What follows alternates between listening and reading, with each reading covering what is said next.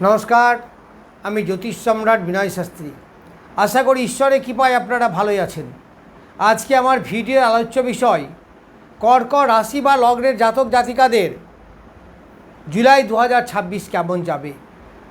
এই জুলাই 2026-এর 1 তারিখের গ্রহ সন্নিবেশ, মেষে কোনো গ্রহ নেই, দ্বিতীয় আছে মঙ্গল অর্থাৎ বৃষ রাশিতে, তৃতীয় রবি, চতুর্থে অর্থাৎ কর্কট রাশিতে বুধ, বৃহস্পতি এবং শুক্র। অবশ্যই শুক্র 3 তারিখ পর্যন্ত থাকবে, 4 তারিখে সে সিংহ রাশিতে চলে যাবে। পঞ্চমে কেতু এবং শুক্র, ষষ্ঠ, সপ্তম, অষ্টম, নবম, দশমে কোনো গ্রহ নেই, একাদশে রাহু এবং দ্বাদশে গ্রহরাজ শনিদেব। তাহলে এই গ্রহ নক্ষত্রের সন্নিবেশ অনুসারে জুলাই 2026 কর্কট রাশি বা লগ্নের কেমন যাবে।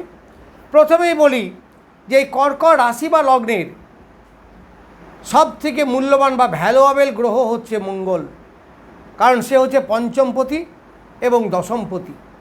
এই পঞ্চমপতি এবং দশমপতি বসে আছে একাদশে, সাংঘাতিক ভালো, দারুণ দারুণ ফল দেবে এই সময়। কি ফল দেবে? তাহলে পঞ্চমপতি হিসাবে বিদ্যার ক্ষেত্রে বিশেষ শুভ। যারা স্টুডেন্ট, স্মৃতিশক্তি বৃদ্ধি, পড়াশুনোয় অ্যাটেনশন বৃদ্ধি এবং মধ্যস্তরীয় বিদ্যা, মোটামুটি গ্র্যাজুয়েশন লেভেল অবধি এদের বেশ ভালো হবে। প্রেম প্রীতির ব্যাপারে যথেষ্ট শুভ, কারণ এই পঞ্চমপতি একাদশে বসে আছে, সাফল্য নিয়ে আসবে। আবার প্রেম প্রীতির মাধ্যমে যারা বিবাহ করতে চাইছে তাদেরও কিন্তু উপযুক্ত সময়। সুন্দর একটা মধুর প্রেম অনেকেরই ঘটবে। আবার অনেকে ব্রেকআপ হয়ে গেছে, তাদের আবার নতুন করে সংযোজন হবে। এই পঞ্চম ভাব থেকে সন্তানের বিচার করা হয়, তাহলে সন্তানের সাফল্য, সন্তানের শরীর স্বাস্থ্য ভালো, সন্তানের এডুকেশনের ডেভেলপমেন্ট, মানে সন্তানের সব দিক থেকে শুভ।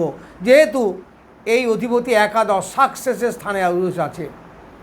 আবার ইচ্ছা পূরণের জায়গা, এই জাতক জাতিকাদের মনোবাসনা বা আশা আকাঙ্ক্ষা, ডিজায়ার যেটা, সেটা ফুলফিল হবে এই সময়ে।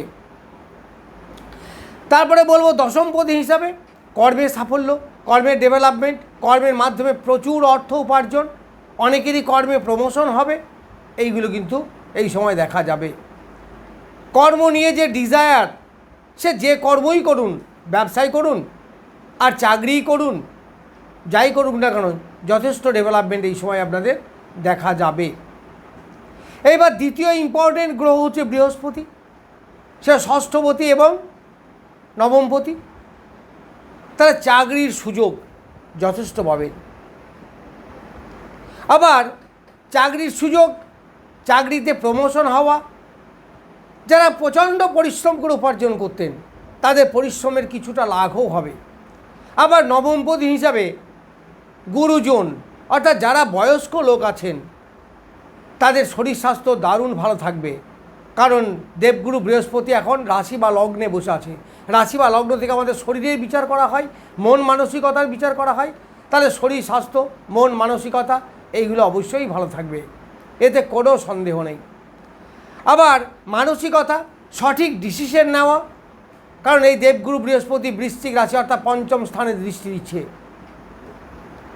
ফলে মঙ্গলের যে রেজাল্ট যেগুলো বললাম সেগুলো দারুণ সফল হবে। আবার অনেক দিক থেকে এনার্জি লাভ করবেন, কাজে এনার্জি, যে কোনো কাজে সাহসের সঙ্গে এগিয়ে যাওয়া, এইগুলো হবে। তবে কর্কট রাশি বা লগ্ন সাপেক্ষে নবমে বসে আছে গ্রহরাজ শনিদেব, তার তৃতীয় দৃষ্টি পড়ছে এই মঙ্গলের ওপরে। যদিও অ্যাক্সিডেন্টের সম্ভাবনা নেই, তবুও একটু সতর্কভাবে, যারা বিশেষ করে 2 চাকা চালান একটু সতর্কভাবে চালাবেন, তাতে আপনার ডেভেলপমেন্ট বা তাতে আপনার বিপদের সম্ভাবনা অনেক কম থাকবে। দ্বাদশপতি বুধ, সে লগ্নে বসে আছে, এখানে অনেক দিন থাকবে এখন। তাহলে এখানে বুধ এবং বৃহস্পতি, যারা বিদেশে আছেন, যারা বাইরে গেছেন কাজের জন্য, বা যারা বাইরে পড়াশুনো করতে গেছে, তাদের কিন্তু দারুণ ডেভেলপমেন্ট। এই সময়টা যতদিন বুধ এখানে থাকবে অর্থাৎ মোটামুটি আগস্টের বেশ কিছুদিন পর্যন্ত। ততদিন পর্যন্ত দেখবেন যারা বাইরে আছেন তাদের সাফল্য বেশি পাবেন। একাদশপতি এবং চতুর্থপতি শুক্র, তাহলে একাদশপতি বসে আছে কোথায়? দ্বিতীয়, আবার মঘা নক্ষত্রে। এই মঘা নক্ষত্র হচ্ছে শুক্রের জন্ম নক্ষত্র। জন্ম নক্ষত্রে যে কোনো গ্রহই শুভ ফলদাতা হয়। এই কেতু অর্থাৎ মঘা নক্ষত্রের অধিপতি কেতু, সেও কিন্তু বসে আছে এই দ্বিতীয়ভাবে। ফলে অর্থ উপার্জন দারুণ ভালো হবে, কারণ একাদশপতি দ্বিতীয়। পরিবার নিয়ে সুখ শান্তি থাকবে। যাদের টাকা আটকে আছে, কিছুটা আটকিয়ে থাকলেও কিছু অংশ কিন্তু আপনি পাবেন, কিছু অংশ আপনি এই সময়ে উদ্ধার করতে পারবেন। বিভিন্ন ব্যবসার মাধ্যমে যাদের টাকা আটকে আছে, তা পরিবারের মধ্যে একটা বিলাসিতা ভাব, সুখ স্বাচ্ছন্দ্য ভাব, আত্মীয় বর্ণের সঙ্গে একটা সুখময় ভাব। যারা higher secondary level of the student, তাদের যথেষ্ট ডেভেলপমেন্ট হবে। আবার একাদশপতি দ্বিতীয়, তার মানে যারা বাক্য বিচে ব্যবসা করেন তাদের খুব ভালো, কারণ দ্বিতীয় আমাদের জানি ভাষা বা বাক্যের স্থান। তাহলে শুক্র একাদশপতি, সে সাফল্য নিয়ে আসবে বাক্যের, অর্থাৎ লয়ার, অ্যাস্ট্রোলজার, যারা গান গায়ে পয়সা উপার্জন করেন তাদের দারুণ ডেভেলপমেন্ট হবে।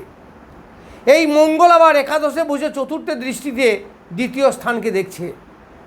ফলে একাদশের সঙ্গে দ্বিতীয়ের একটা চরম সম্পর্ক, যে সম্পর্ক আপনাকে প্রচুর অর্থ, প্রচুর সাফল্য এইগুলো কিন্তু দেবে। এই বুধ এবং বৃহস্পতি একসঙ্গে বসে থাকলে কী লাভ? বুধ এবং বৃহস্পতি একসঙ্গে বসে থাকলে,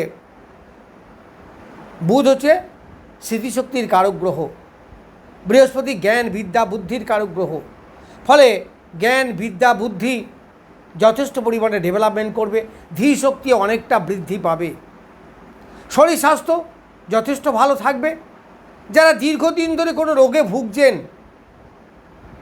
তাদের কিন্তু এই সময় বেশ ভালো সময়, অনেক রোগ থেকে মুক্তি পাবেন, সেটা অল্প বয়সী হোক আর বৃদ্ধই হোক। যারা বাচ্চা অর্থাৎ 18 বছরের কম বয়স, তাদের কিন্তু দারুণ সাফল্য পাবে শরীরের ব্যাপারে। অনেক বাচ্চাই দেখবেন ছোটোবেলায় শরীর স্বাস্থ্য নিয়ে ভোগে, তাদের শরীর স্বাস্থ্য কিন্তু বেশ ভালো থাকবে। আবার এই বুধ তৃতীয়পতি, তাহলে এনার্জি বৃদ্ধি হবে, আপনার কর্মে এগিয়ে যাওয়ার মতো সাহস এইগুলো কিন্তু দেখতে পাবেন। এই দ্বিতীয় স্থান শুক্র বসে আছে, শুক্র মঙ্গলের সঙ্গে যুক্ত হয়ে আছে। আবার এই কর্কট রাশি বা লগ্ন সাপেক্ষে সপ্তমে বৃহস্পতির দৃষ্টি, তাহলে আপনার ব্যবসা বাণিজ্যের উন্নতি হবে, দাম্পত্য জীবনে একটা সুখময় দাম্পত্য জীবনকে উপভোগ করতে পারবেন, অনেকের বিবাহ যোগ অনুষ্ঠিত হবে। যারা প্রেম প্রীতির মাধ্যমে বিবাহ করতে চাইছেন উপযুক্ত সময় আপনারা সেইগুলো করতে পারেন। নবমে বসে আছে দেবগুরু গ্রহরাজ শনিদেব, তাহলে ধর্মের প্রতি আস্থা আপনার বৃদ্ধি পাবে। তীর্থ ভ্রমণ করতে যারা চাইছেন বা অনেক দিনের পরিকল্পনা যাব করে যাওয়া হচ্ছে না, এটা হচ্ছে যাওয়ার সময়, বেশ ভালো সময়। সাময়িক কালের জন্য বাইরে যাওয়া বা কোনো ট্যুরে যাওয়া, এইগুলো কিন্তু যথেষ্ট ডেভেলপমেন্ট আপনার এই সময় হবে। কর্মের পরিবর্তন, কর্মে প্রমোশন, কারণ এই সময়ে দেবগুরু বৃহস্পতির নবম দৃষ্টি পড়ছে তার নিজের ঘরে ভাগ্যস্থানে, আবার সেখানে শনিদেব বসে আছে। ফলে গুরু শৈলী যোগ তৈরি হচ্ছে। এই গুরু শৈলী যোগ একাধিক দিক থেকে ইনকাম, কর্মে সাফল্য, কর্মে ডেভেলপমেন্ট, এইগুলো কিন্তু সবই এই সময় পাবেন। এছাড়া আর কি পাবেন? নবমপতি বৃহস্পতি এবং ষষ্ঠপতি বৃহস্পতি, যারা কম্পিটিটিভ এক্সামের জন্য তৈরি হচ্ছেন বা কম্পিটিটিভ এক্সাম দেন, তাদের সাফল্যের জায়গা দারুণ ভালো, কারণ পঞ্চমে বৃহস্পতির দৃষ্টি আছে। বেকারত্ব এই সময় আপনার দূর হবে, নবমে বৃহস্পতির দৃষ্টি আছে, আবার নবম হচ্ছে তার নিজের ঘর মীন রাশি, ফলে কর্মের সাফল্য, কর্মের ডেভেলপমেন্ট এইগুলো কিন্তু আপনি সবই এই সময়ে পাবেন। এখানে শুক্র মঙ্গলের যোগ, ফলে বিলাসিতা, কমফর্টেবল লাইফ লিড করার একটা উপযুক্ত সময়। শুধু এক কথাই বলা যেতে পারে যে কর্কট রাশি বা লগ্নের বেশ ভালো সময় গোটা জুলাই মাস ধরে। এই ভালো সময় বলে বসে থাকলে কিন্তু হবে না, এই ভালো সময়কে কাজে লাগাতে হবে। তার জন্য আপনাকে এনার্জি নিয়ে আগাতে হবে, আর এনার্জি প্রচুর আপনি পাবেন, কারণ একাদশে বসে আছে মঙ্গল। যাই হোক, আজকের মতো এ পর্যন্তই। নমস্কার।